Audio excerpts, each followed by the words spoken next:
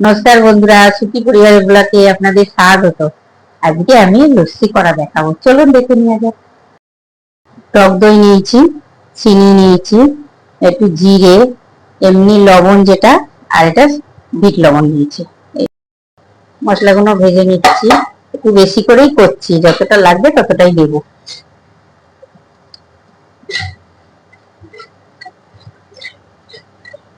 জিরেটা গন্ধ ওঠা অব্দি ভাজবো।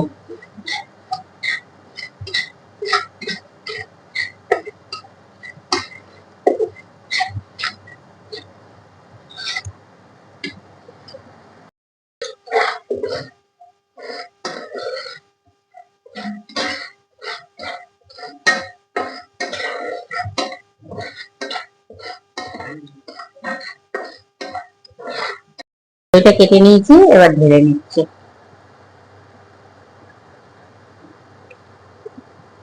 আমি প্যাকেট দই নিয়েছি, আপনারা মিষ্টির দোকান থেকেও দই নিয়ে করতে পারেন।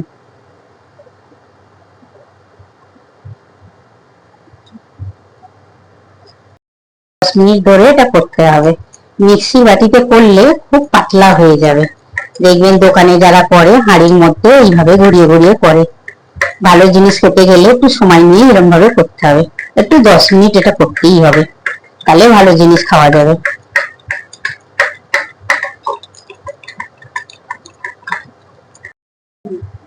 দেখুন, ঠিক এরকম করতে হবে।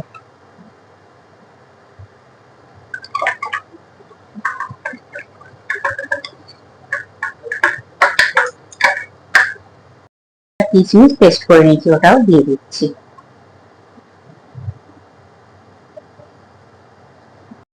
দইটা ঠান্ডা তো, তাই জন্য চিনিটা আমি পেস্ট করে নিয়েছি। ঠান্ডার মধ্যে চিনিটা গুলতে চাইবে না।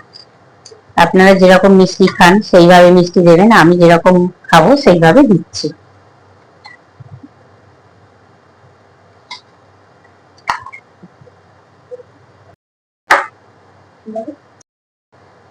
কাজু বাদাম আর চিনি একসঙ্গে দিয়ে মিক্স করে নিচ্ছি। দেখেন, ঠিক এরকম হতে হবে। মশলাটা একটু পরে দিচ্ছি, একটু ফাটিয়ে নিই ভালোভাবে।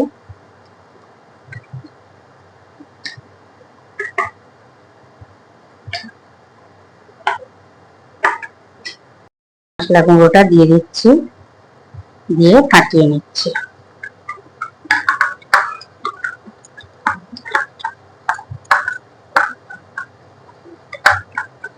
এইভাবে করলে খুব সুন্দর হয়।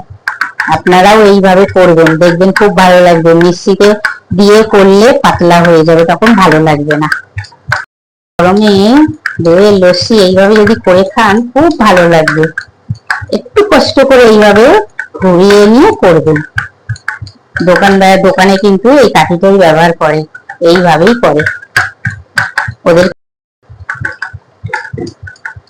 সবার বাড়িতে এরকম ডালগোটার কাঠি থাকে, সবাই এরকম ভাবেই করতে পারবেন।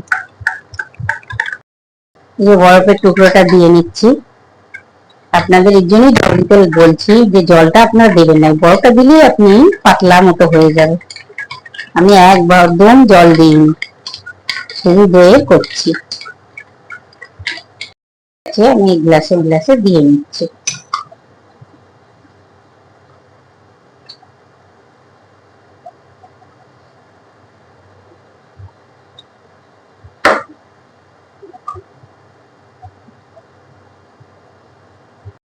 কেমন হয়েছে বল লস্যিটা?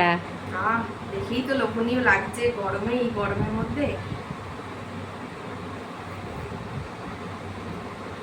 দারুণ হয়েছে, ফাটাফাটি, খুব সুন্দর হয়েছে। ভালো হয়েছে, দারুণ হয়েছে। এরকম ভাবে যদি খাওয়া যায় গরমে, পেটও ঠান্ডা থাকবে, শরীরও বেশ আরাম লাগবে। হেভি হয়েছে।